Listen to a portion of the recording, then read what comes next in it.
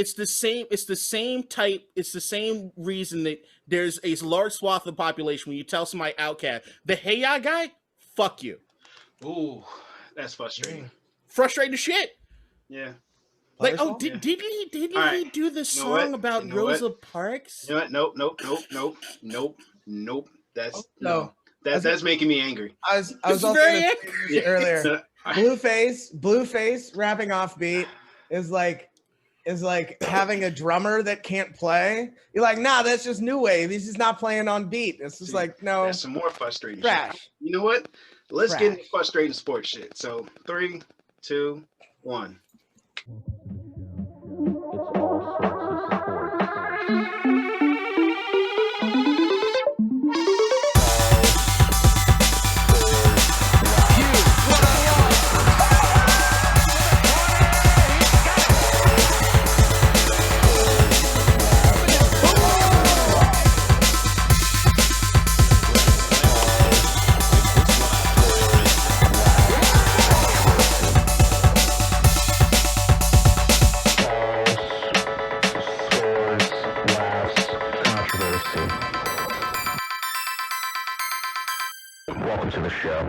Welcome back to All Sorts of Sports.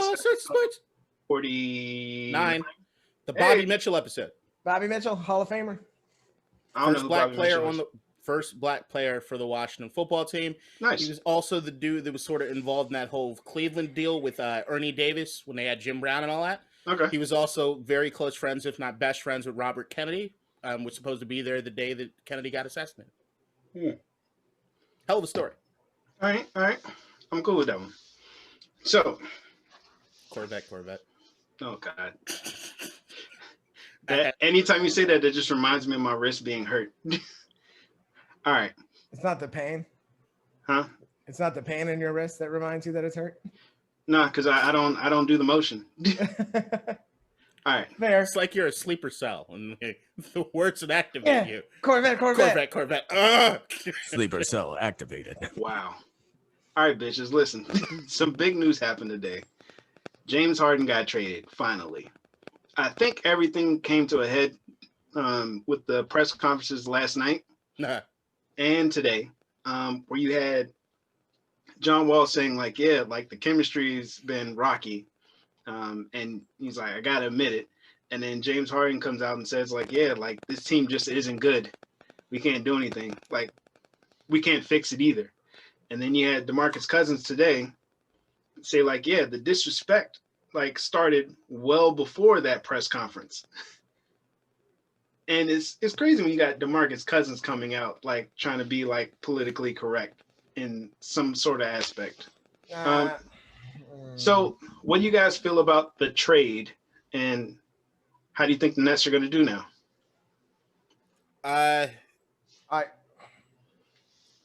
You want to go first? I can. I have so much to say. That's the thing, is like unpacking what it is you were just talking about. If there are two people in the NBA I don't want to be on the bad side of, is Boogie and Wall. Like, it's just not. It just. DeMarcus Cousins is a dude that will put you through a fucking wall. Can we all admit that? At least, like, he's that kind of scary guy. Not to mention John Wall throwing up gang signs and shit all the goddamn time. Like, I don't want to piss those guys off. And it looked like he pissed them off on a level at which there was no coming back from it. Like, when you see Wall talk about, like, yo, we're 9 games in and you trying to jump ship, like, be gone. And we got DeMarcus Cousins being like, yo, he was never fucking here anyway, so I don't really give a fuck. Not to mention the shit that he was doing off the court or putting us all in jeopardy. It's been disrespectful from the very beginning. Like, that was the thing, was that Harden was not a universally hated guy. He was usually fairly liked. And I mean, liked along a lot of lines as far as around the league or around fans mostly. Nah. Like, come on. If we're ranking top guys who are usually fairly polarizing, right? If you're talking about, is he more polarizing than Russ? No. Is he more polarizing than KD? No. Is he more polarizing than Steph? No. It was more so the way he played. Like, you even have like Giannis, like, or Charles Barkley, whoever said it. Like, I don't want the dribbler. Like, people hated the way that he played. Absolutely, but I'm saying from a personality standpoint, he wasn't that same kind of guy. That he really had one. But that was the thing, is that you could almost, because he came up and he showed up to play, and you couldn't deny that he was playing his hardest. Yeah. And not to mention that on those Rockets teams, even when, look, I think that the Rockets did everything they could to put talent around him, even with like Dwight Howard and all that shit. But you got a lot of people that don't necessarily agree with that aspect for me and just say that Harden carried those teams, and he carried those teams fairly fucking far. I mean, they lost against the Golden State Warriors team that was historically stacked. So there are a lot of guys that like Harden, and what you've seen Harden do is basically erode any of that goodwill that you have with anybody in the sense of an off season, in a short off season, because it's over in a pandemic. Like it's insane. I think that was the catalyst right there. People dying. What he did in showing the disrespect that he did to the organization, number one, that have gone to bat for him. Number two, the new guys that came in who they weren't scrubs. They've got a legit squad around them. And look, there goes Brooklyn fucking bailing out Houston in this sense of being able to give them. They got their own issues. We'll talk about it later. Yeah, I get it. But Brooklyn bailed out Houston right now because we all knew after the press conferences we saw the last couple of days, Harden and the Rockets were not going to work. And like, if I'm looking at anybody being the winner out of this entire thing, other than Brooklyn, yeah, they're automatic. They were already contenders. They are in the hot, though. But if we're talking about in this short window, a year to two, I look at this as being a 2-year window. Period. Is if they get a championship in these 2 years, then it's worth it. But they've mortgaged the entire future. I think the biggest winners out of this entire thing is Philadelphia for not having to give up Ben Simmons or anything to get Harden. That or like Houston with all the stuff they got. But Brooklyn is not winning anything. So I would go so far as to say that Kyrie Irving bailed out Houston because nobody knows what's going on with that guy. It was supposed to be Kyrie and KD. And now Kyrie's burning sage and going to parties and shit. And God knows if his head's in the game or if he even wants to play anymore. He may just want to sit and, we'll get to that. Whatever the fuck he's feeling. And he's totally within his rights to do that. He doesn't have to play. We'll get to it. Dinwiddie's down, right? Until this trade goes through, he will miraculously get better. We'll get to Kyrie and then that is this trade. If we're going to talk about this trade, it can't exclude what's going on with Kyrie because they basically said we're building a team around these two players, and now one of those players is not there. And they were like, "Fuck, we're kind of mortgaged on these. If we're going to go in, we're going to go all in." They had no choice. Like Harden already wanted to go there. They already had another superstar. So it may be the big three, but it looks like it's going to be a two. Because even if Kyrie's there, there's so much off the court shit going on that nobody knows what they're going to get on the court or when he's going to be on the court. So they don't have a choice but to win. They're not going to. Everyone's gone. No, but I'm saying if they are going to, they gave up 8 first rounders, so there goes the next decade. Wasn't it 3? Then 4. It's 4 and then swaps. 4. Yeah. So 3 first rounders and then 4 swaps, right? No, it's what they hold it. So remember, it's a multi-team trade. So if we're looking at what Houston gets, Houston gets 3 Brooklyn first rounders. They get a Milwaukee first rounder, and they get 4 Brooklyn first round swaps. What does that even mean, though? Whoever has the lowest or lottery or anything gets to swap out. Yeah. I mean, Brooklyn, Brooklyn's not going to be that low. They've got picks till 2027. Like, it's not I remember there's another thing I wanted to bring up that I brought up way early on this in the process of this on the pod, which is that I was saying that there has to be an element that I thought of the Harden to Brooklyn thing being KD saying, I don't trust Kyrie. And that was something I mentioned at the very beginning of this whole Harden trade stuff, which was that I do think that there's you can see it on the IG live that KD had with Kyrie. There's a certain element of KD knowing that, look, Kyrie has game if he's playing and if he's doing the right things, but I don't know if I can leverage and mortgage my entire future on him doing what it needs to do to win this thing, which is where I know Brooklyn does not make this move without talking to KD. They're not going to talk to Kyrie, but they're definitely going to talk to KD. And when you see KD basically saying, yeah, leverage it all. Because in 2 years, I don't see KD still being with Brooklyn. I still think that there's a good chance he walks away from that. And they have this short window. Look, whether or not you think that it's still going to be hard to beat LA, period. But if all three of those guys are running on that team, it's going to be hard as shit to defend that. I think LA is probably the best suited to defend anybody, but the offensive production you're looking at with those three guys on the court at the same time is scary. Like it is scary. And you're looking at the East, I'm pulling for Philadelphia through and through, and I think Philadelphia looks great. But Lord knows if those three dudes actually start clicking, I don't know how you stop that offense. Don't forget about Milwaukee. You burn sage. I get Milwaukee. Wait, what's the opposite of sage? What do you burn when you want to undo the burning of sage? Dog shit. Also, Jared Allen, they lost Jared Allen. Like that to me blew my fucking mind. But you also look at a Cleveland team who's stacking up when it comes to picks and some other things. Yeah, I think Cleveland's going to be one of those teams. Why the fuck did they take another center? Cleveland?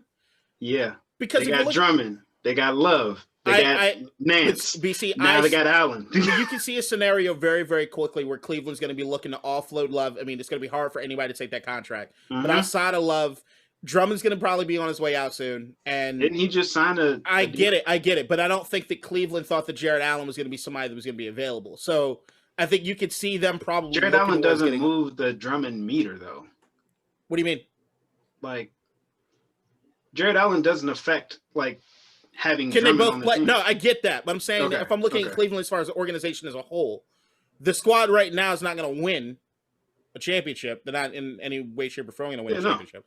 But I think that with a Jared Allen as somebody as a piece that you want to build around, because I mean he looked great even in the short sample size coming into this. Like I think that's somebody that you can actually build a formidable squad with. But I look at Houston, I'm like, oh shit, I love Houston's squad right now. Hey, hold on, he's an unrestricted free agent next year. Who? Drummond. So. Once again, Cleveland looks like they might be screwing towards getting younger and doing what it is they need to rebuild. But Houston, a lot of people lose the fact that they got Oladipo now.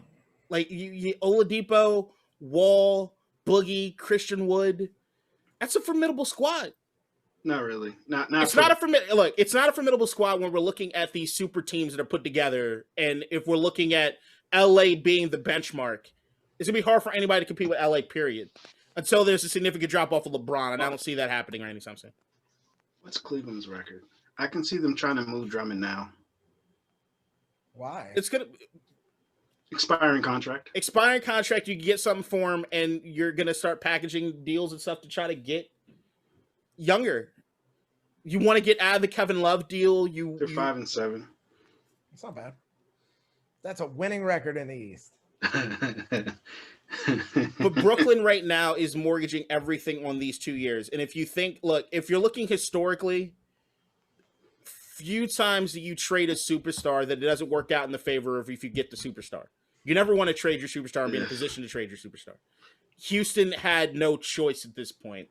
I'm just surprised that Brooklyn was willing to give up this much to do it. I think, like Ryan, you said, it's a lot of that is because of the Kyrie bullshit. What if Kyrie comes back, like right now?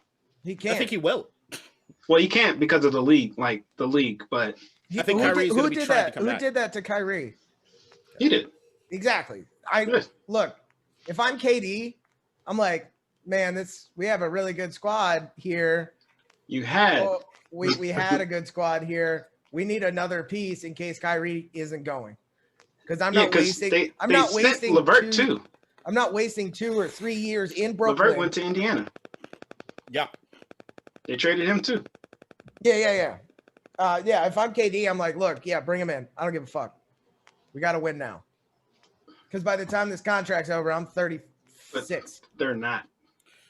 Look, they're either in the finals or it's a dumpster fire. It might be both. It's a dumpster fire now. It's a dumpster fire now, but look, if Harden, there is an element of Harden wanting to get out of Houston so bad that he ate himself out of the fucking league, that he's doing everything he possibly can do to get the fuck out of there. So who knows? If Harden's with KD right now, this is Harden's opportunity to say, if I want a ring, this is the closest opportunity I'm ever going to get to doing it. Maybe that lights a fire. I think with Kyrie, there's still this. Are we? I'm just going to talk about Kyrie a little bit. In the sense that, is he on the list? Yeah, he is, but we can just combine it. Fuck it. Okay. Kyrie is the most aggravating player in basketball for his personality, not necessarily just because of his play. We talk time and time again about Kyrie thinking he's more smart and special than he is, and it's just what it is. There's no taking away from Kyrie and what he does as far as giving money to the community, giving money to different organizations. But what he's also got to understand is that nobody's looking at Kyrie for what it is, what wisdom he gets in the part. Where he becomes MVP is the money he gives. And the only reason he's able to give the money he gives is by playing fucking basketball. So play basketball. So you continue to give your money to the organization that matter. Beyond that shit, he needs to figure out whether or not he wants to play basketball or be some fucking leader of some movement or something he needs to get in through out of system. Which, look, I don't think he's there yet, and I think it'd be a big mistake on his part, but he needs to make a choice. And that's my issue with Kyrie, is that right now he's so not sure about what he wants. I don't know if Kyrie wants a championship. I don't know, because if he wanted championships, he probably would have stayed in Cleveland with fucking LeBron. But he wanted to do something else. So what makes this dude tick? I don't fucking know. But if I'm KD, then I'm like, at this point, I think I upgraded with Harden if he's going to play right over Kyrie. So if we need to move his ass, let's move his ass. But this is now, the ball is in your court, Kyrie. What the fuck do you want to do? No, but it's not in his court because he's not on the court. He's at home. You understood what I meant.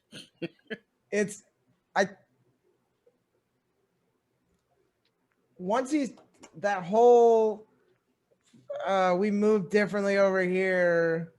I'm going to write stuff and not do my media sessions.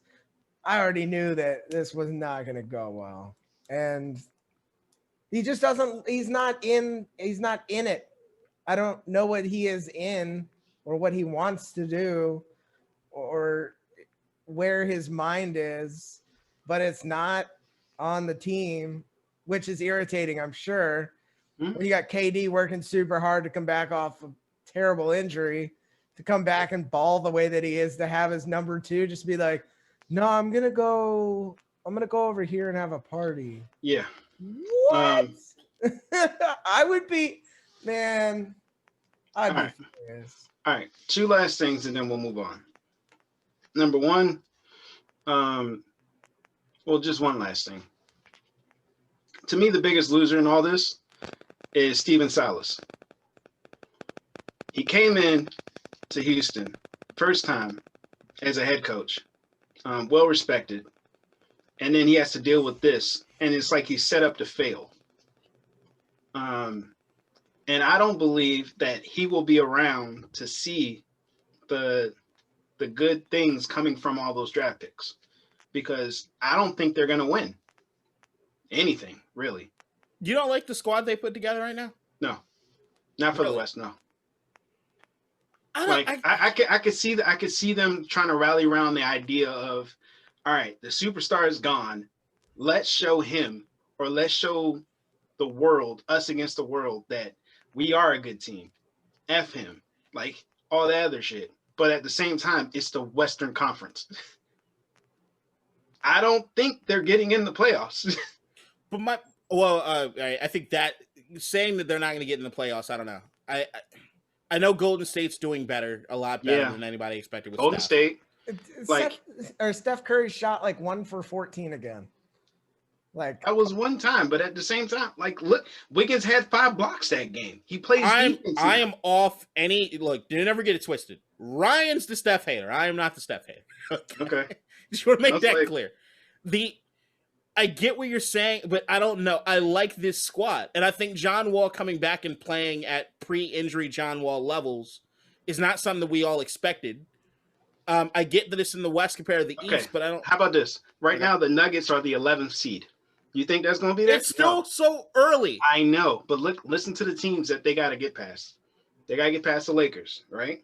They're not doing that. The Jazz, the Clippers, the Suns, the Blazers, the Mavs, the Warriors, the Spurs, the Thunder, the Kings, the Nuggets, the Pelicans, the Grizzlies.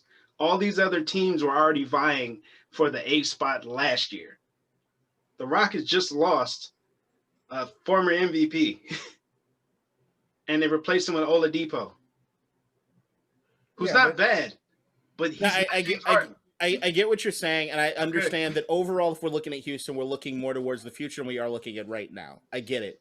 I would just say that, like, if we're talking not going to be around for that. If we're talking about Steven Silas, I think that if he puts together a formidable squad with these guys, and these guys, look, if they're not a player, if they're knocking guys out of playoff contention, if they're that team that you don't want to come up against at a certain point, I think that that's enough to continue to get him rocking with that squad. I hope so.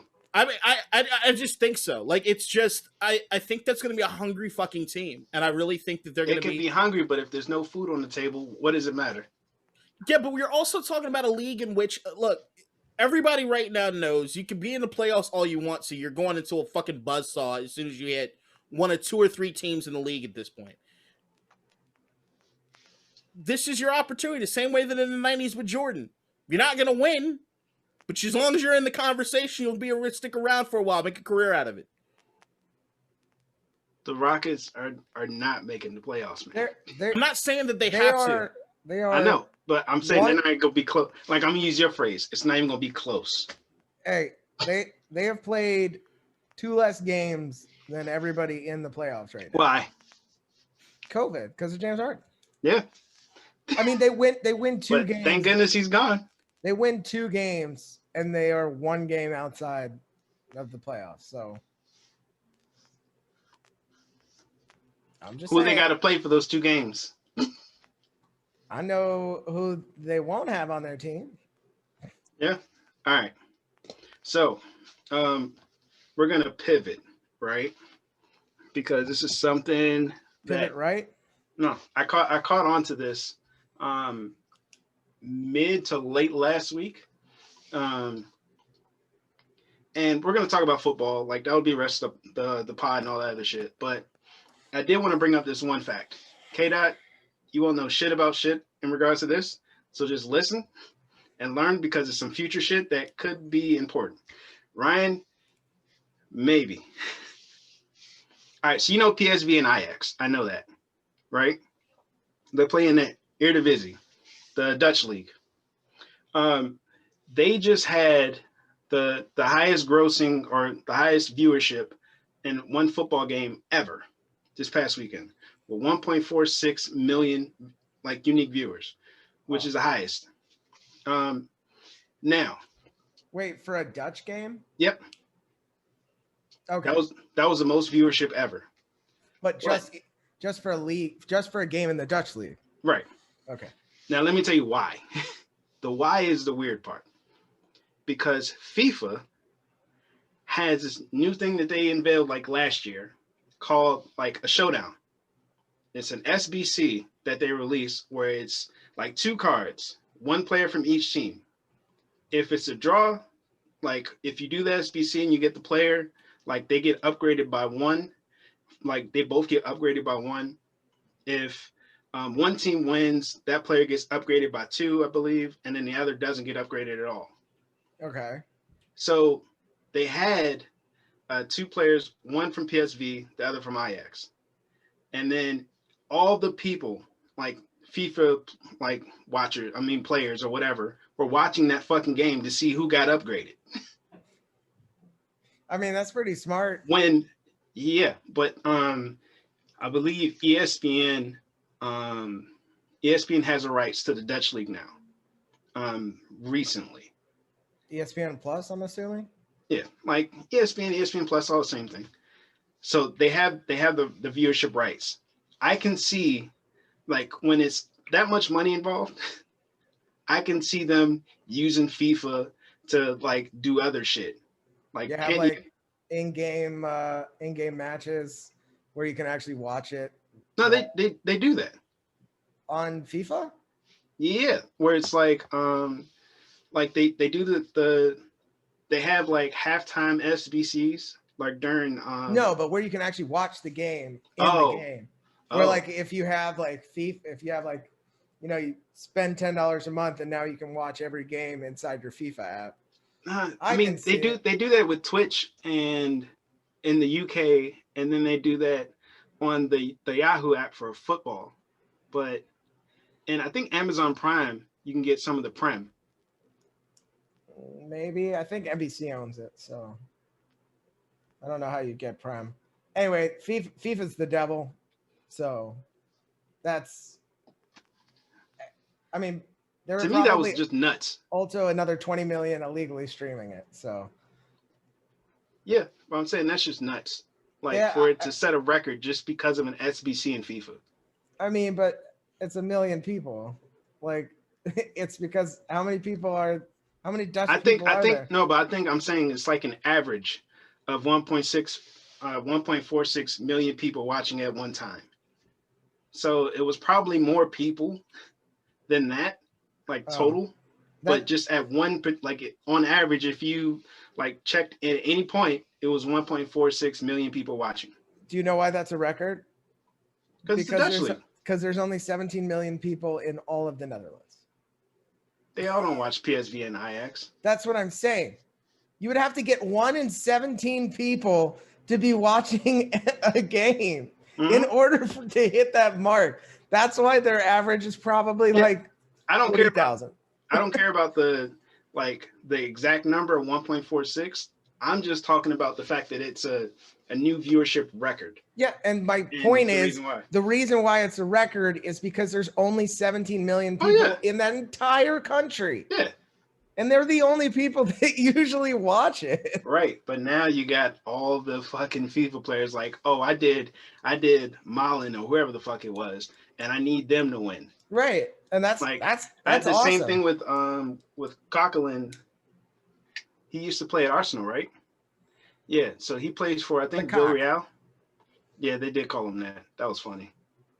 Like, I heard too many of those jokes. But yeah, his team lost. His name.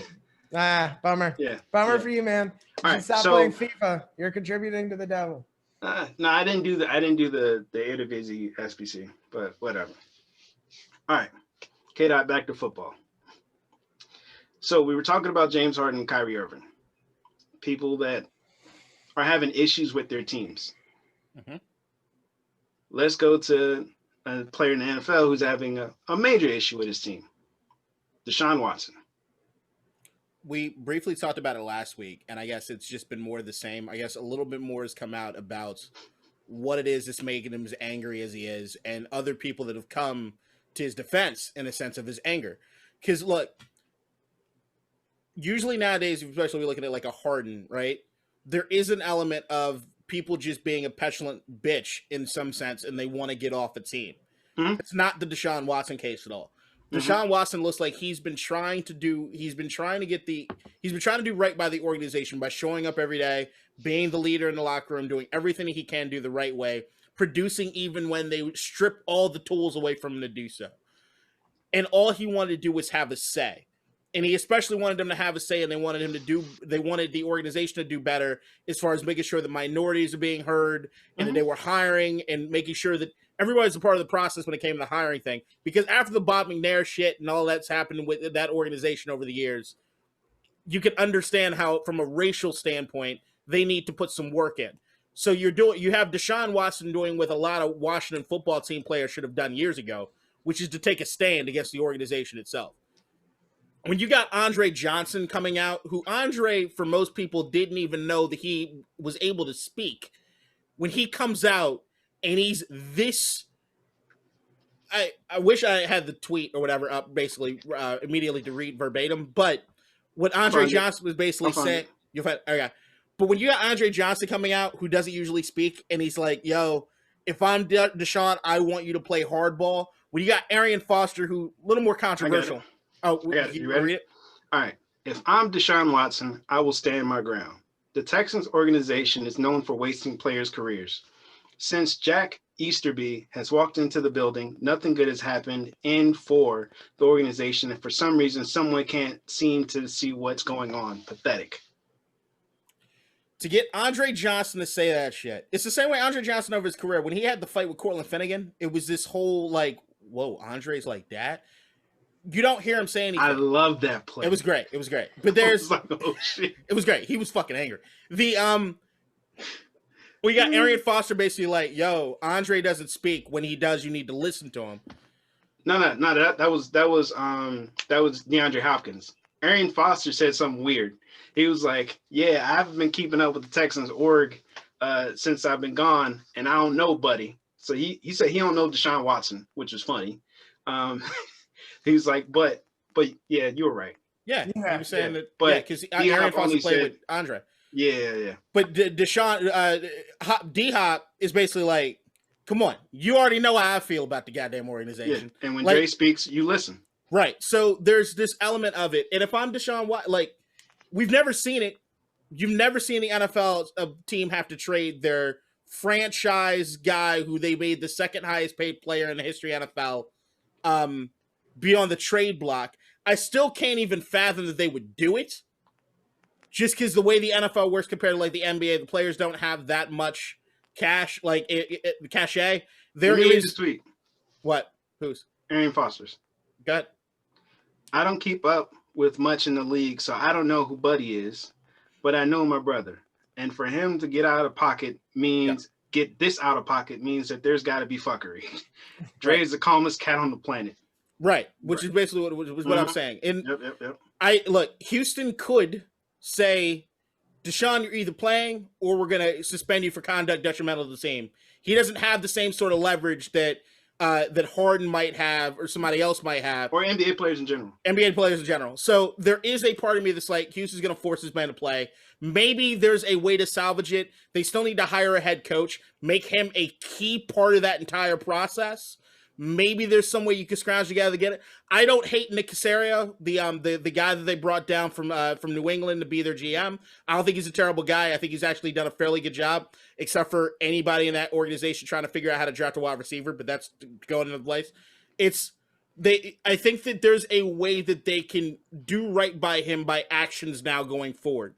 But like I said last week, unless you're one of like 5 teams in the NFL, you need to be sitting down with the owners and everyone else and figure out what kind of trade package you could put together to go get this man. Mm-hmm. And you're looking at New York, and I think Miami probably got more leverage than anybody else to try to make something happen. Jacksonville too, I guess, to a certain. Yeah, Jacksonville just. I mean, even though they're in the division, trade Trevor Lawrence for Deshaun Watson. They're not going to do that, and especially they're not going to do it as far as in the division either. I just don't see it. But Miami, when there's a report that comes out that they're not sold on Tua. You can see it in the season they weren't sold on Tua when they went back to Ryan Fitzpatrick. If you could do Tua, they've got 2 first-round draft picks. You could put something together. If you're the Texans, right? If Miami isn't sold on Tua and they had the cat in the building, like, why would I trade the best because I'm player also on getting our some team? first-round picks to go with it. Because Deshaun doesn't want to be there. And look, they might not be sold on Tua. Houston might like Tua. I know a lot of other organizations that like Tua. Well, might not be the Miami. You can't put anything past the Texans org at this point because they like David Johnson more than they traded away D-Hop for pennies. Why do you think that the Houston organization can't get things go past them? What they fucked all of this up? Yeah, and they continue to do so. So at this point, like. They got like 6 didn't they trade Dwayne Brown eaten Subway subs for D-Hop? They let like Dwayne Brown go walk trade and whatever because he was pissed off at the previous owner's comments.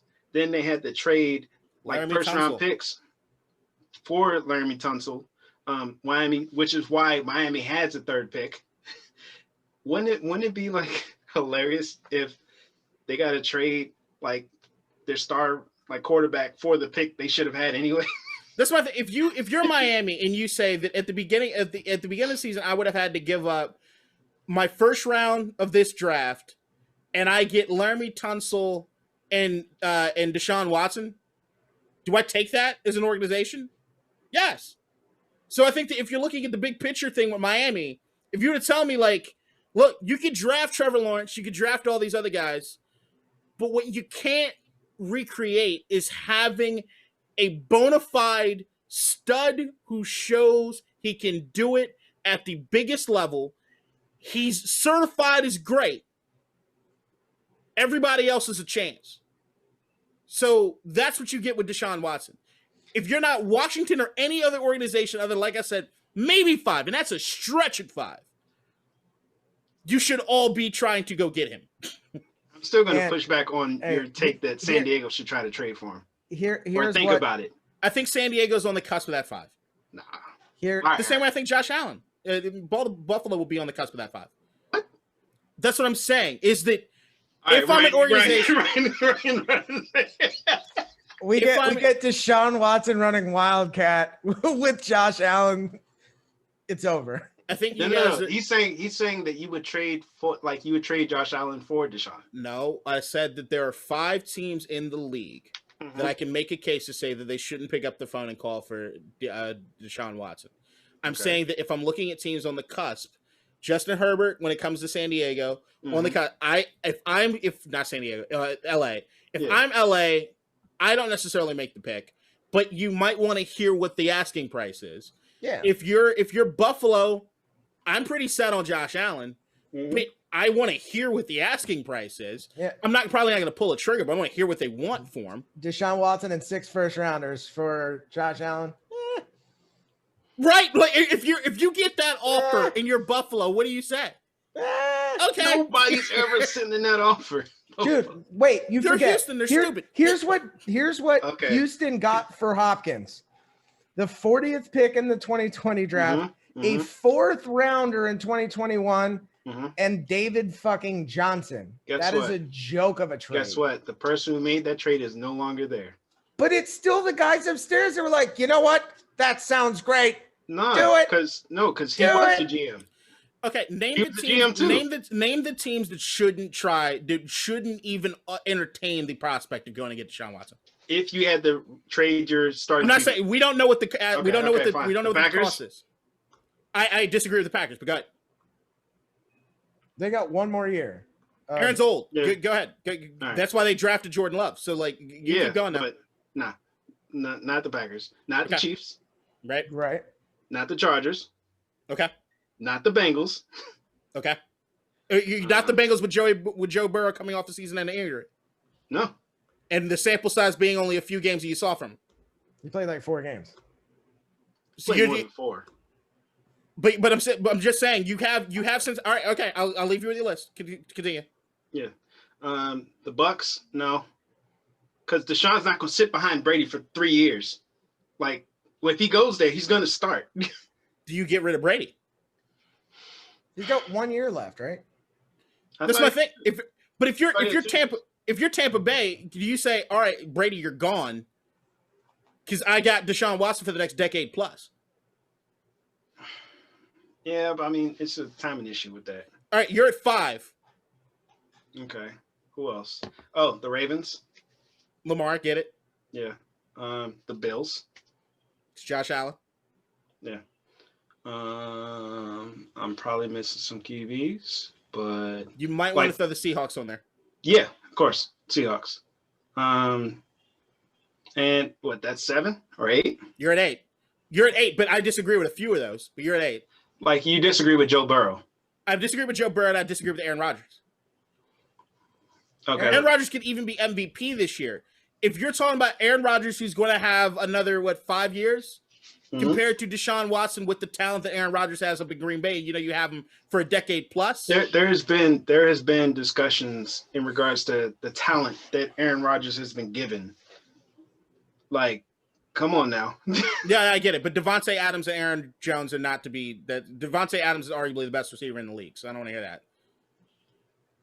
I don't want to. Devontae, just look at this. Devontae Adams is incredible. Yeah, I don't personally. I said he's great. I said there's an argument to be made. I'm not arguing that he's not great. No, I'm saying if somebody brought to me the argument that they thought Devontae Adams was the best wide receiver in the league, I'm not going to outright dismiss their argument. I feel like Aaron Rodgers had a lot to do with that. Of course, I'll just leave that. So I'll just leave it there because Aaron's better than Deshaun Watson. Here's the thing with Aaron. Here's the thing with Aaron Rodgers. He's got $80 million of his $130 million contract that he just signed is guaranteed. He can opt out after next year and take home $100 million of his 134 and not destroy his body for 2 more seasons after that. It's okay.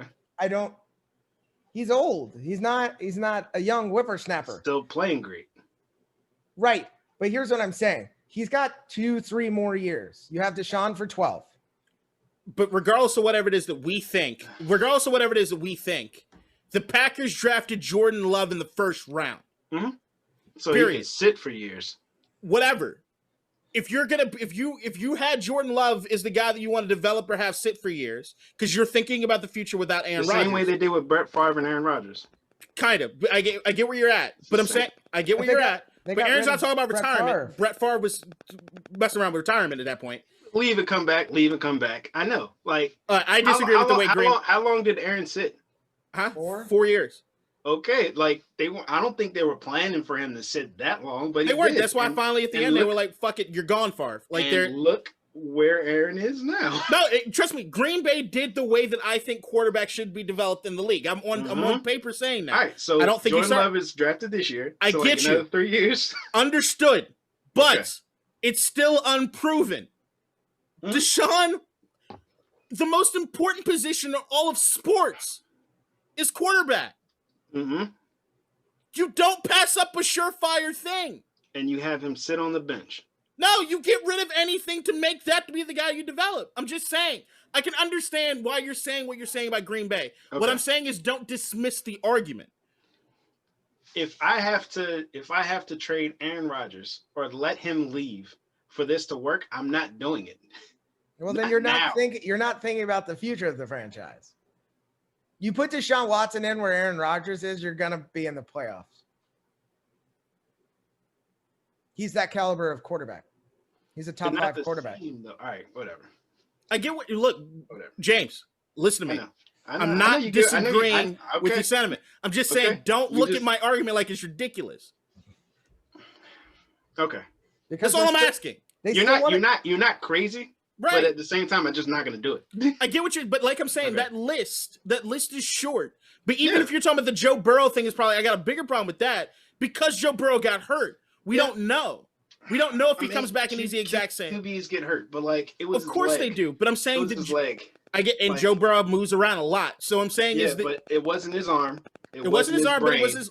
I get it, but a lot of what Joe Burrow does is move. He's on the outside. He's outside the pocket. He does a lot of that shit. I'm saying that Joe Burrow, while I like Joe Burrow a lot. Okay. We still don't know. All right, now let me ask you this question. The Texans come to the Bengals, say, hey, give us Joe Burrow, you get Deshaun. Straight up? Like, no. I'm asking, how would that trade look in your eyes to make it fair? Joe Burrow in like 2 or 3 first-round draft picks. Two first-round draft picks to Joe Burrow. Probably got to throw something else on there. Probably some other 2nd or 3rd rounder, maybe another player. Okay. Now. And I still might think that look, because that's the other thing. We don't have a benchmark to go off of. Now, all right, yeah, that's true. Now let me ask you this other question. Like, if you're the Bengals, like you get Deshaun Watson, but now he's in the same fucking boat he was with the Texans. No, because the boat that he's not complaining about the fact that Houston's not winning. He has better ownership. That's it. But I mean, if you're gonna leave like an org and you get to choose where you go because he has a no trade clause for him, so he can decide. I'm not going to the Bengals. But here's the thing: if you can either believe what Deshaun Watson's saying or what we're hearing about Deshaun, which is that he just wants to be able to make sure that in his position that he's able to make sure that other people are set up to succeed or at least be given the opportunity. Mm-hmm. He's not saying I want to leave Houston because we're dog shit. He's not saying I want to leave Houston because we're losers. He stayed the rest of his career in Houston. If it wasn't for he wants to make sure an organization is going to listen. Look, if there's any organization that's going to listen, it'll be the organization that kept Marvin Lewis's black ass for 10 years too long. So I'm just saying there might be an opportunity. Do you think Carson wanted him gone at some point? Who? Carson. Palmer? Yeah. Palmer was gone by then. Palmer went to Arizona. Palmer didn't stay for the tenure of Marvin Lewis. That was Andy Dalton that finished. No, I'm saying, do you think that Carson wanted him gone at some point while Carson was there? Maybe. I don't know. All right. Why is it relevant? I don't know. Just asking. Oh. Wait, because you want Carson Palmer to have that kind of say? He should. Carson Palmer had 2 years if you could say he was at the level of Deshaun Watson.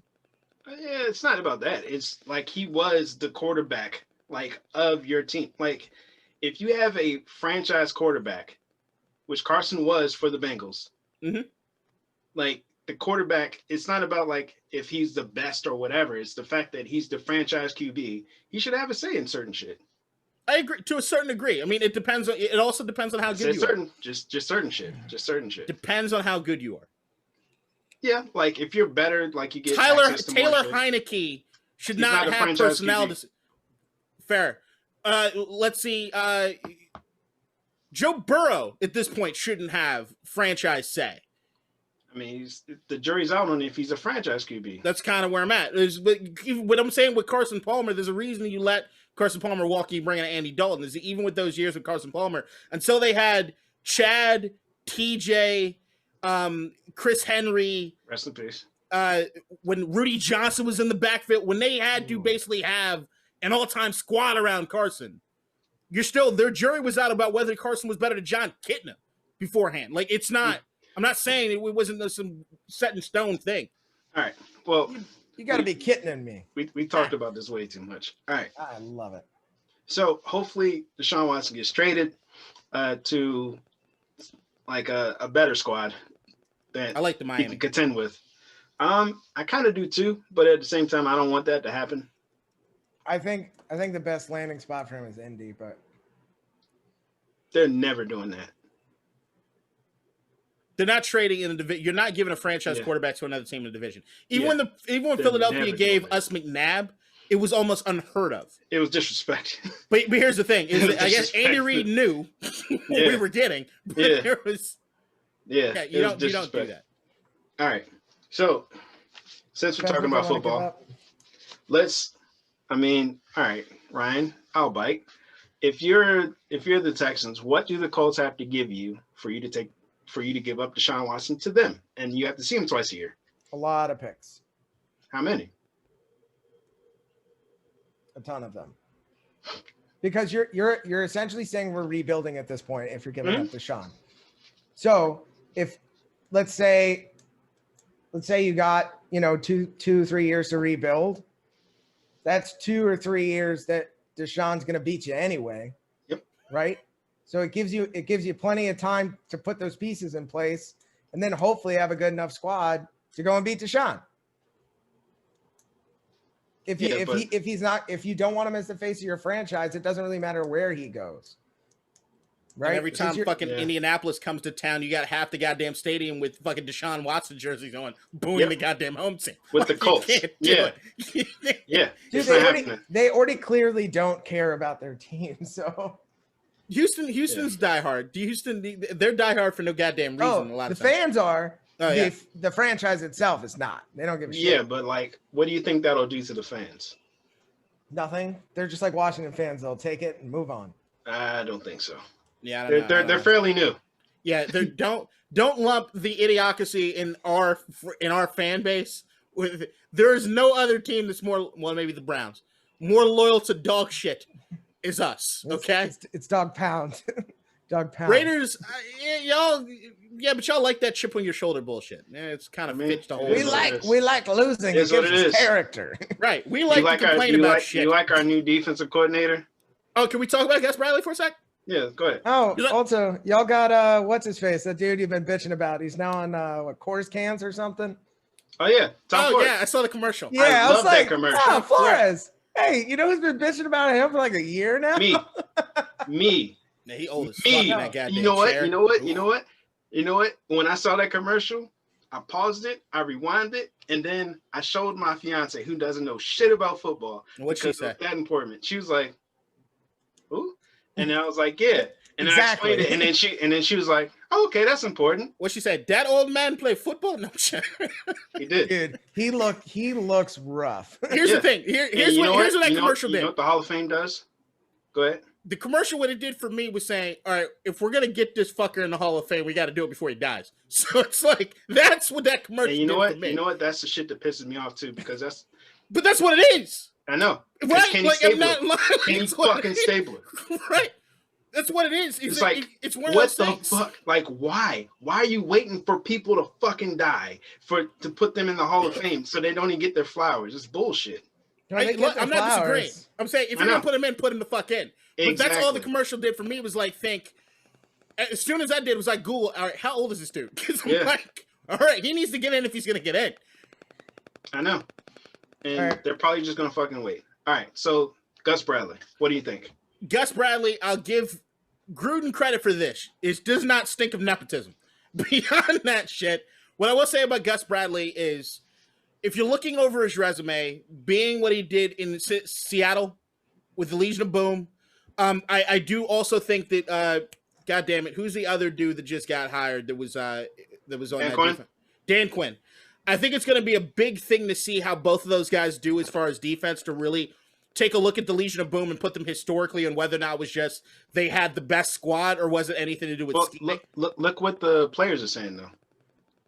Like the former Seattle players. That's what I mean. but what I get with the Legion of Boom is that they're ride or die for their guys. So like I'm taking it all with a grain of salt, because in the same sense of Dan Quinn is now known for defenses that have given up the biggest leads in the history of the NFL multiple times. So look, I get that. Yeah. Gus Bradley also, as far as a head coach, was trash in fucking in Jacksonville. 14-48.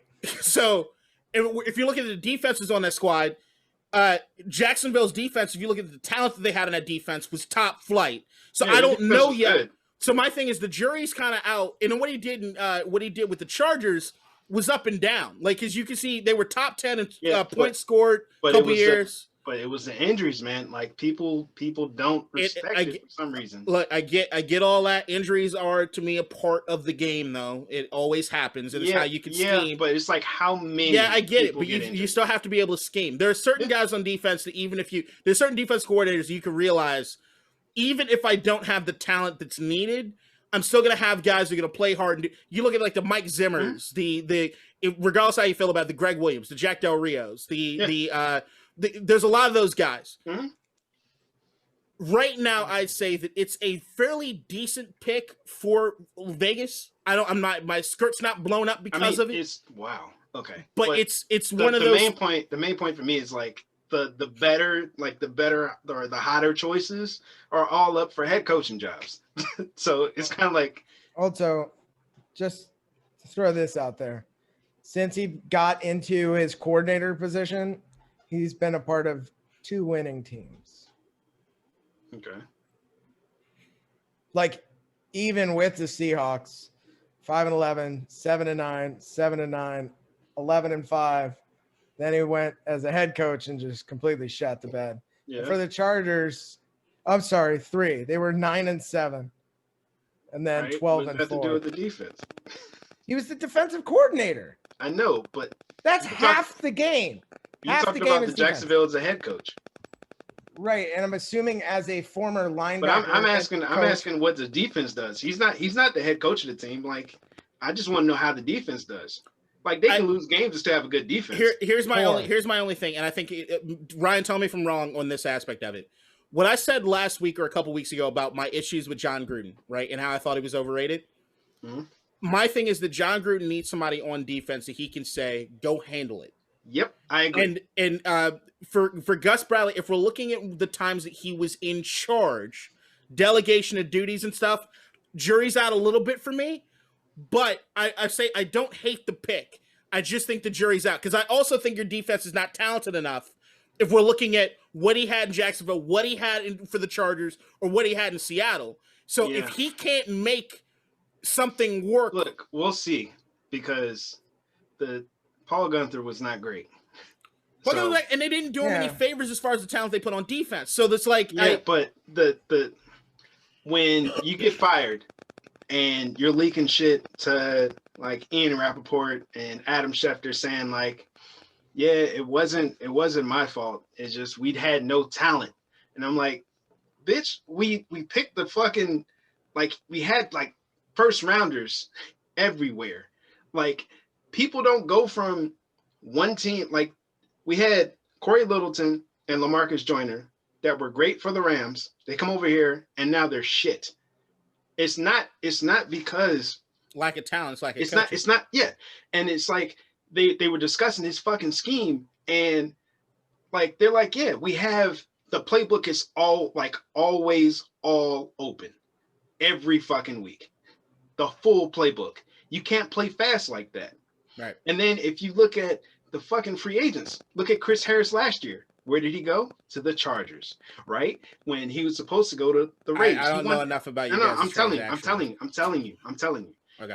He left Denver, and he's like one of the top rated corners in the league, one of the hottest free agent corners in the league. We wanted him. And he was like, Washington wanted him. Yeah, for a good reason. And he was like, I want to go somewhere within the AFC West because I want to play Denver.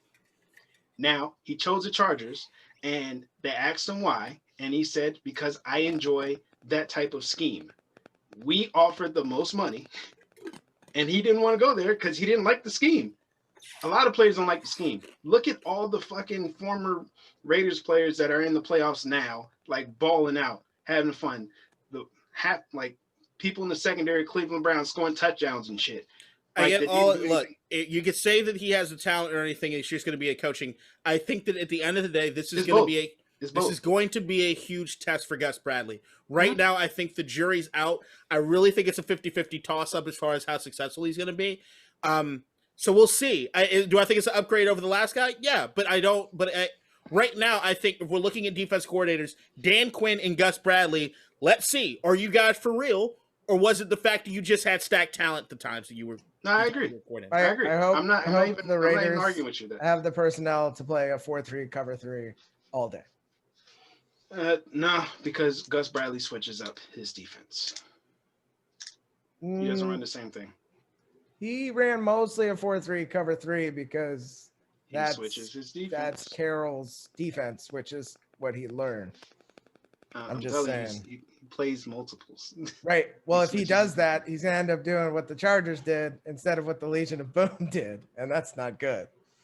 He's got to have the personnel to pull it off. Yes. Yeah, but what I'm saying is, like, when he had the Legion of Boom, he had cornerstone players that played. The cornerstone players that he had. Earl Thomas and Cam Chancellor up there. Right. You got Chancellor that could come now, down to the box. If you take out Cam Chancellor and Earl Thomas, what do you got? A leaky defense. So we'll see what happens. Richard Sherman, fucking who was the other cornerback on the other side when they had Sherman? I forget his name. Fuck. Oh. Brandon Browner. Then they had nah, that dude in jail, ain't he? Yeah, he is. But he was legit. No, he is. But he was legit. But he's the other safety. No. He was the other corner. He's a corner. Yeah, and then the because he was physical as shit. He was a big motherfucker. He was physical as shit. Because that was the thing, is they would jam you to fuck up on the line. I wonder why he went to jail. I don't know. I don't remember. But yeah, Bobby Wagner, and then who you got right up front? Come on, they were stacked. Yeah, they were. were. If you're also looking at Jacksonville, I don't know if he has the crossover with Jacksonville when they had all those guys on defense at that same time. I don't know either, but it might have been right before. It might have been right. I don't know. But anybody who gets hired, it's a wait and see. It's been proven it is what it is. Your offense is fine if they can stay healthy. Well, throw everything. If you look at Raiders Twitter, it's not fine. I don't. I mean, to be honest, I'm surprised they can. I'm surprised they can write. I don't really follow Raiders Twitter that much, so. But I don't really care what Twitter says. That was a terrible bar. I want to see what the coaching staff does and the GM does. Towards the end of the year, we couldn't run the ball, and it sucked. But well, that was also because you guys were spending a lot of time on having to throw the ball too. Nah, we couldn't run the ball in the beginning of the game. Oh yeah, we were trying to be too cute, and that goes to play calling, which Kadeem said before.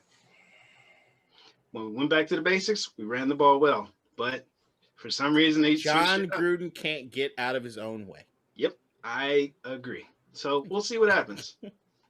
Maybe with the whole shit about the rumblings now that Bieniemy might not get a head coaching job. That's absolute bullshit. No. It's talk now. And here's the thing. I will say it's some of it's legit. It's fucking stupid. If Bieniemy just leaves, I just hope Bieniemy just leaves and comes to offensive coordinator for us. Let me touch on the Bieniemy thing for just a moment. So the one thing that we never really brought up on the pod, it's something that I've known, I think you guys have known too, is the stories about Bieniemy coming up. That there are certain, like there are a couple that token they use, character issues or Talk certain about things. it. You got a DUI. Come on. The DUI, there's also the fact that he grabbed a woman by her throat at some point in a parking lot. There are a couple things that Bieniemy has been around in his aura that when you're being a head coach, there's usually not a lot of, especially in today's NFL, there's not a lot of room if you're going to be the face of the franchise if When you did it have happen?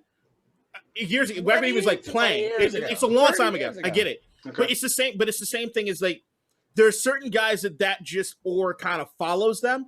I still think Bieniemy has to get a shot. But it's the same way that Greg Williams, even with Bountygate or anything before Bountygate, he got the head coaching position up in Buffalo on a fluke. Beyond that, didn't do get fired? right? Beyond that, Greg Williams, even when it made the most sense in Washington for him to be the head coach, we just come out of the playoffs. Joe Gibbs was the coach. It made the most sense to transition to the next guy who was the head coach. They said absolutely not. We'd rather go with Jim Zorn. They chose Jim fucking Zorn over Greg Williams. There's certain guys that just That same thing you heard that about was, Robert Salah, the dude but that out was of San Fran. It's not that he has character issues, but apparently he interviews terribly. Like he went up to Detroit to do the interview and it went shitty. There's certain guys that just their mentality as a head coach or their baggage might create an issue. If that happens, then if I'm Deshaun, San Fran. If Salah's still a D coordinator, No, absolutely. yeah. I'm just saying the Bieniemy thing is not completely I don't think I think he deserves a shot, but I don't think it's crazy. Issues were 25, 30 years ago. We were talking about Bountygate. That was like 8 years ago when he was I'm already saying before Bountygate. No, but for Greg Williams, all of his Before issues were Bountygate. recent. No, Greg Williams when he got Bountygate didn't happen until after he didn't get the job in Washington. He didn't get the job in Washington because of who he was. Like there are certain guys that they look at that mentality and they're like, look, it's not that we don't think you can do it X's and O's wise. We don't even think it's not because you can motivate people.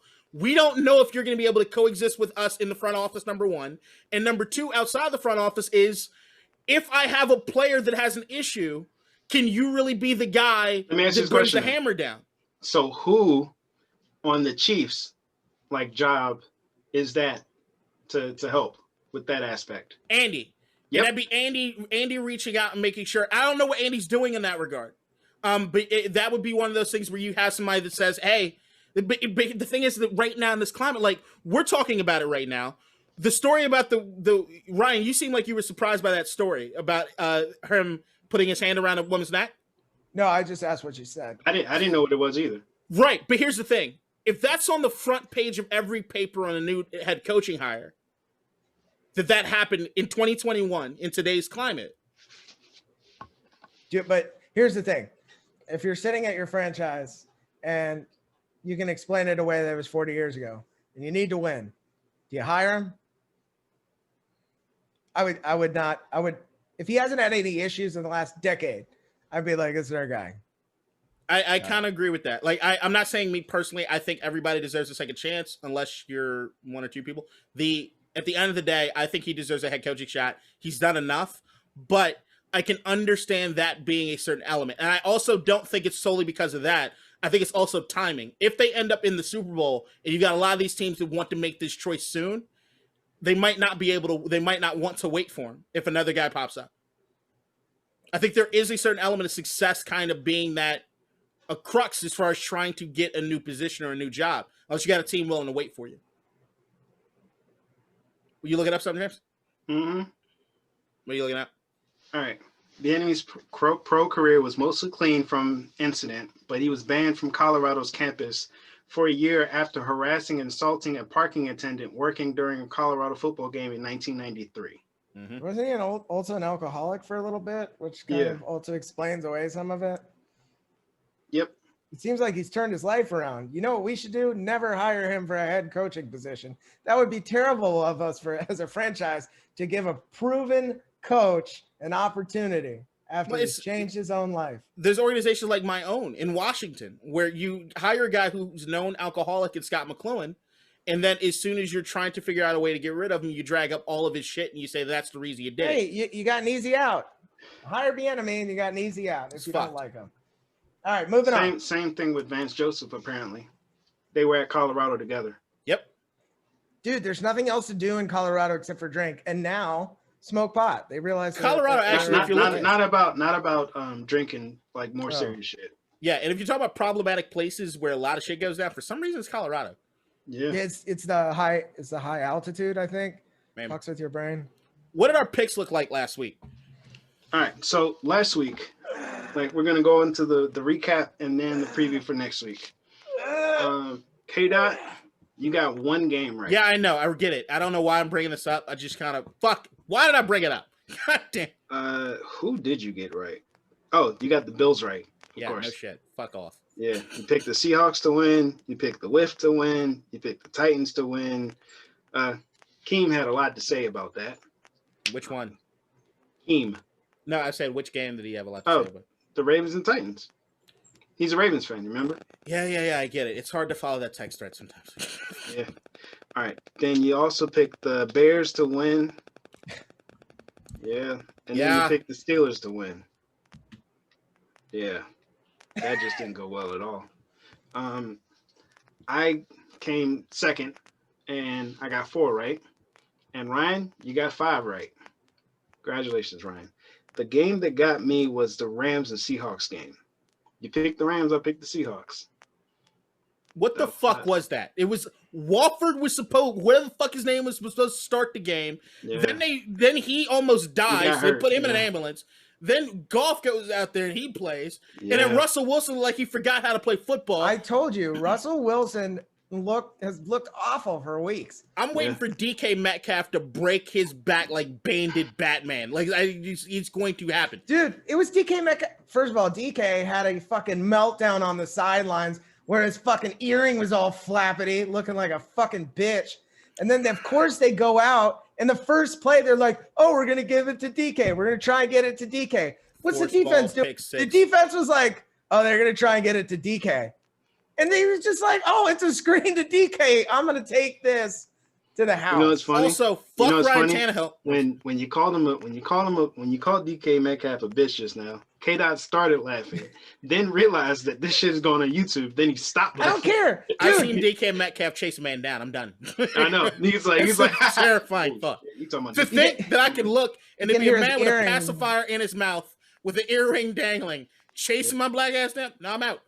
I'll just hit him in his legs. He's got an issue there or something. Look, the Tennessee he game. He will punch your ass. The Tennessee game. Ryan Tannehill, fuck off. Fuck you, man. Fuck Ryan Tannehill. The Baltimore didn't look good, except on defense. They looked really good on defense. But Lamar Jackson took forever to get anything going. I didn't understand that game. And the fact that they became like the best run defense of all time against Derrick Henry, who couldn't get shit done, that didn't make any sense to me. The Cleveland game, Cleveland had no reason to even be in that game. Kevin Stefanski's watching the game without his cell phone in a basement while his kids are upstairs and they are watching it. He's on a delay. So he realized his kids are reacting to shit, and then he think, oh, I guess something good's happening. That's how fucked that team was. Then they won. It didn't make any sense. What did I say? You saw the first play. I said the Steelers are awful. The Steelers are god awful, and it's the worst team that Tom Coughlin. Not Tom Coughlin. That Mike Tomlin's ever had. Big Ben's done. There's also he couldn't. He was making mistakes that rookies make. Mm-hmm. He was not looking off linebackers. He wasn't. He's 8 feet tall, and you can't see the linebacker standing there right where you're about to throw. Yeah. You've been doing this for 15 years. Yeah. It was bad. Deshaun Watson to the Steelers. That's also a very, very good option. They just don't have cap space, I don't think. For the Whiff. When Ben's gone. Hold on, I want respect for what the Whiff was able to do in that game, because we had no reason being one would score out. I mean, I want some props. According to you, you said they would win. I did. I know. I get it. But I'm saying Ryan said the Whiff would put up 30. I mean, I didn't know we put up 30. I didn't know Alex Smith. I thought he would put up 20. But you come on, Taylor. That was the. I still think the biggest winner out of last weekend was Washington. Wait. No, they're not, because they're at home. But the funny thing was, it was like everybody loved Heineke, right? That's how you say his name? Heineke. Heineke. My bad. Everybody loved Heineke. And then like an 'Cause we hour all after drink the Heineken. game, they were like, yeah, but y'all know he's a Trump supporter, right? And then everybody was like, oh, fuck, we can't get anything good. It was like, it's not that he's just a Trump supporter. Oh, He God, actually I said loved it. shit about BLM that was problematic as fuck. Now, all that being said, like- hang on 1 second. He deleted all the tweets, and apparently the person that did sit down and talk to him was Torrey Smith. I got a lot of props for Torrey Smith. Yeah. Local cat. He said that Went to school with him. he talked to him and he set the record straight with Taylor, and Taylor realized the errors of his ways. And I'll believe Torrey Smith. If there's a lot of other dudes I don't necessarily believe, Torrey Smith actually gets a lot of. I don't think Torrey Smith would have put himself out there with that guy unless he honestly believed it. Yeah, and Jack Del Rio is already a defense coordinator. So who gives a fuck? I mean, Deshaun Jackson said one of the most problematic anti-Semitic things in the world. He had one conversation and went to Dachau, and we were like, he's cool. Like, give and Deshaun in his 30s. Taylor Heineke is finishing his master's, and he's like 26. 27. Whatever. Good year. Hey, ODU cat. Like, I like you. Look, yo, come on. If You got to get Taylor. If Torrey Smith didn't talk to him, he probably would have been in the Capitol. Shut up. I can't deny that. Although it hurt, don't it? It hurt, don't it? He would have been on Instagram. Can you identify this guy? Did you guys see the fucking USA swimmer, like the gold medalist, who showed up in his Team USA goddamn jacket? And they were like, pretty sure that's him. Did you see the dude that had his work badge on? White fucking privilege. I loved it. I was like, we're in trouble. All the videos of the youngins getting pulled off of planes and being on no-fly lists. So great. So great. That's the high mark of 2021. Seeing white people get brought back the fuck down and realize you ain't above a goddamn thing. And your ass is going to jail. 3 kids. I have 3 small kids. It's like I posted on Instagram last night. I have 4 kids. My biggest piece of advice to all these motherfuckers that end up in jail: keep that same all lives matter mentality when you get to prison. When you get in Gen Pop, and when you all got saying all lives matter. Let's see how it works out for you. Nah, I mean, well, what's gonna happen is like, hey, I need organic food. No, they're giving it to him. No, they're gonna get it. They're gonna end up in Fed. No, did you hear that? No, the dude that stole the lectern. I know. They're giving him organic food. I know. I have a strict diet. He's also in federal custody. So, but hold on. But come on, regardless of his political beliefs, you gotta say that one of the highlights of this weekend was Taylor Heineke. That was fucking dope as shit. Also, that was really dope. You know why? You know why? Because you weren't expecting shit from him. No, I'm saying he actually had like one of the highest QBRs like of any quarterback. He played a good game. Dude, did you see? It was a great game he played. It was a playoff game. And I have to tell you that his entire team knew about his former beliefs, and I didn't see one issue with Taylor from any of his teammates. They're trying to win the game. Dude, Chase was over there grabbing his jersey and pointing at him. They absolutely love him. Yeah, because they loved him when he went into the game after Smith got hurt. They loved it, dude. Big balls. Nobody went to him and like, "Hey, Chase, look what he said about BLM," and like just showed him the tweets. No, they didn't do that. They definitely knew about it. I'm sure the organization knew because there were stories written about it. Oh shit! The Oregon, the players are different, but all right. I mean, it is what it is at this point. Like, I'm not getting any props for Taylor from you. Teachable moment. He played a good game. Like, I'm not saying he didn't. Like he played one game that's gonna get him $5 million. Like that is dope. And he played himself into a millionaire over one course of a game. Who wants to be a millionaire? Taylor Heineke. Either way. Yeah, he's getting a position somewhere. Like as a QB in the NFL, if you're a backup QB, like you're gonna be the greatest job in the world. Yeah, I didn't know until last week that Matt Schaub was still in the league. No idea. Didn't know. Yeah, who's he behind? Cash and checks. Matt Ryan and is it Matt Ryan? No, Matt Schaub retired. Oh yeah, he just retired. Yeah, but yeah, Matt Schaub was still in the league. I was like, what? Yeah, I didn't know he was still playing. I remember he got a bag from us too. God damn it. But Taylor, I am hoping that Taylor comes back and he's in training camp vying for the starting position. Watch. Yeah, me too. No, I do. I'm hoping for my organization. Okay. Why would you want, you should want better for yourself? In what sense? Because of his beliefs or because of who he plays with? Like, do you think he's gonna be a top 15 QB next year? Don't know. I don't know. I honestly don't. I don't think so. I don't think so. But I also think that. If Deshaun Watson's out there, like I also tell you, as a I'll be hoping for that. As a Washington football team fan, that's 32 years old, I have seen over the entire course of my life of being a fan of this organization, 1 year and one quarterback that actually gave me fucking hope, and that was RG3 in 2012. So yeah, I'm scrounging for anything. All right. What about Jason Campbell? He never could put it together, and I liked Campbell. I just never thought he was special. Okay, fair enough. All right, so let's go to like a preview for this week's games. All right. Bills. All right, so the first game on the docket is the Rams versus the Packers. I picked the Packers to win this game because Aaron Rodgers, and they had a week to rest. Packers, although Aaron Donald is healthy, and that's scary. He was injured. No, they just announced today that he's he's 100%. fine. He's back.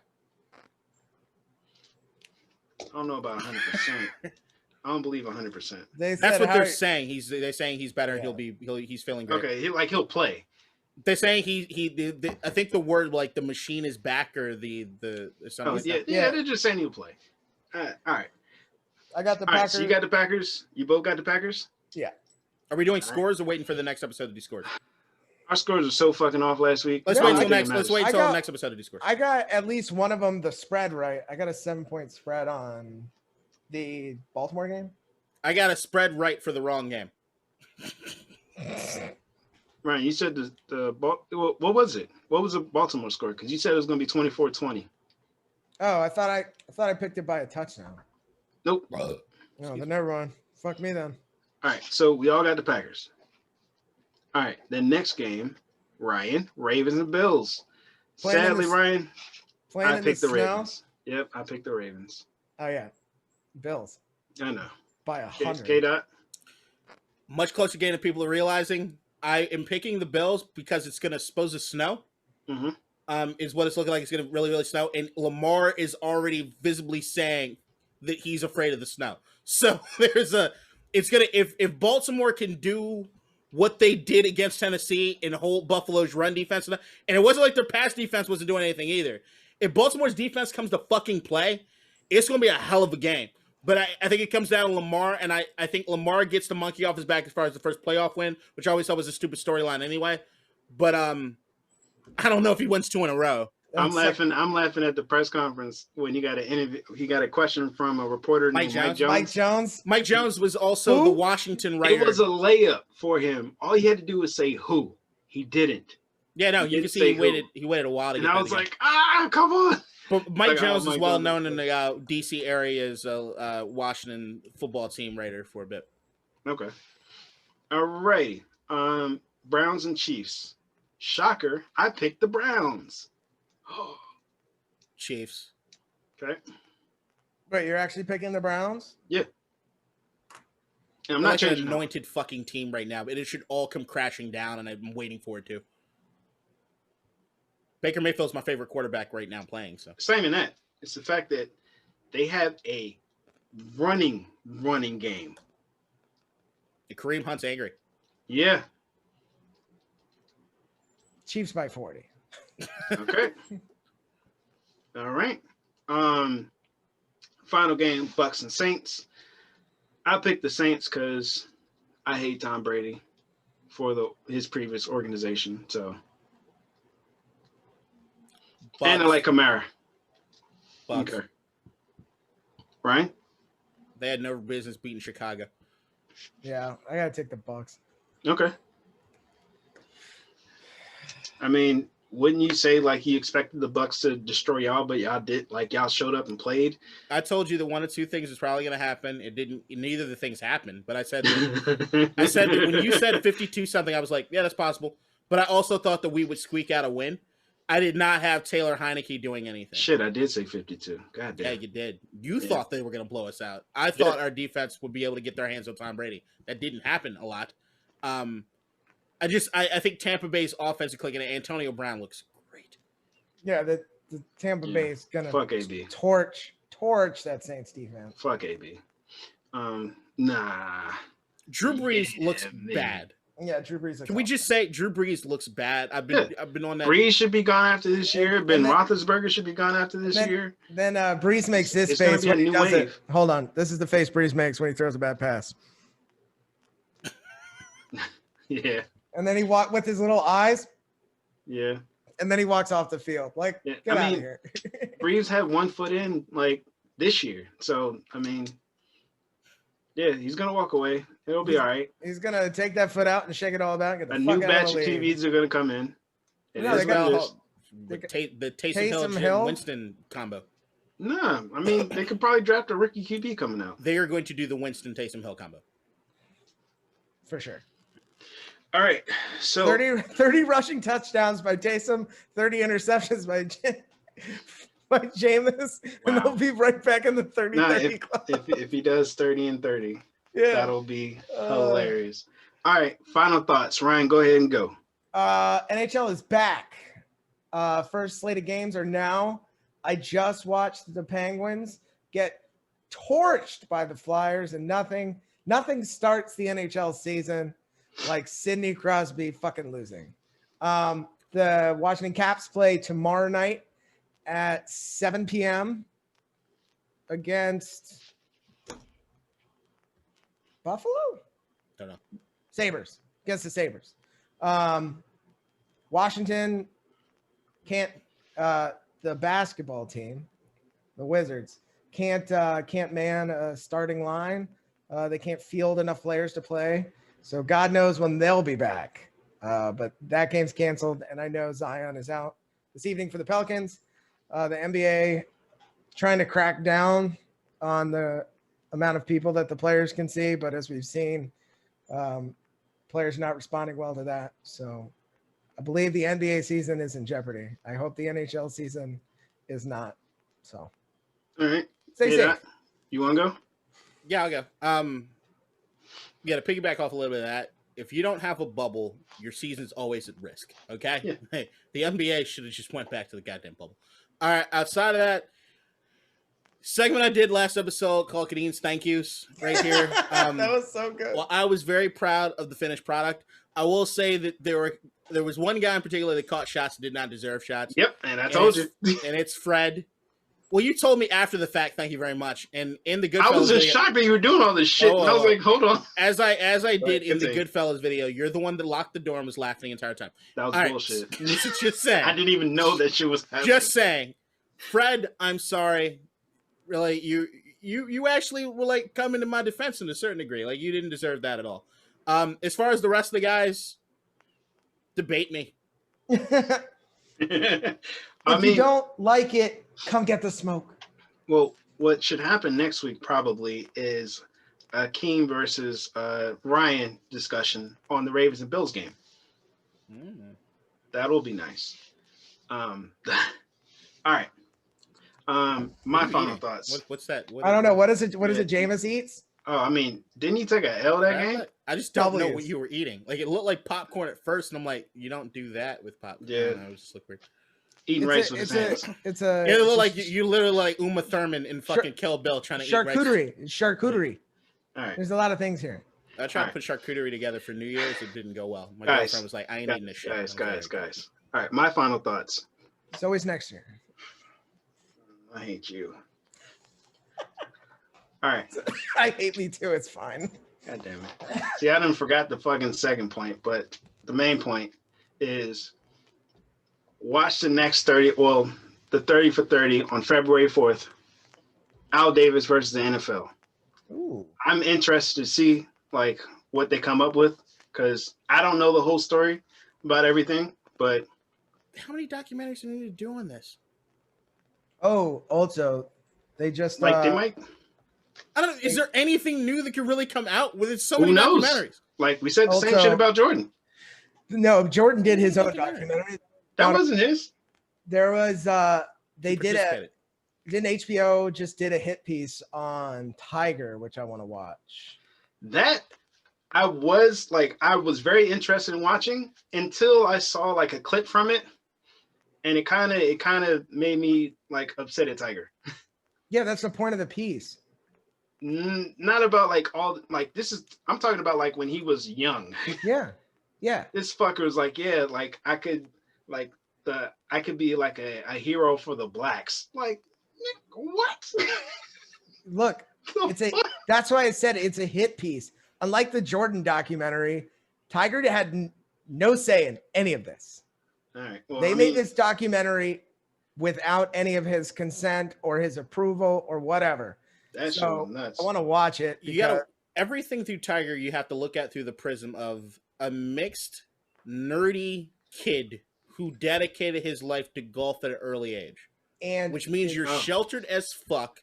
And you haven't experienced a goddamn thing. I know the last thing I want to say. Us banging Perkins waitresses.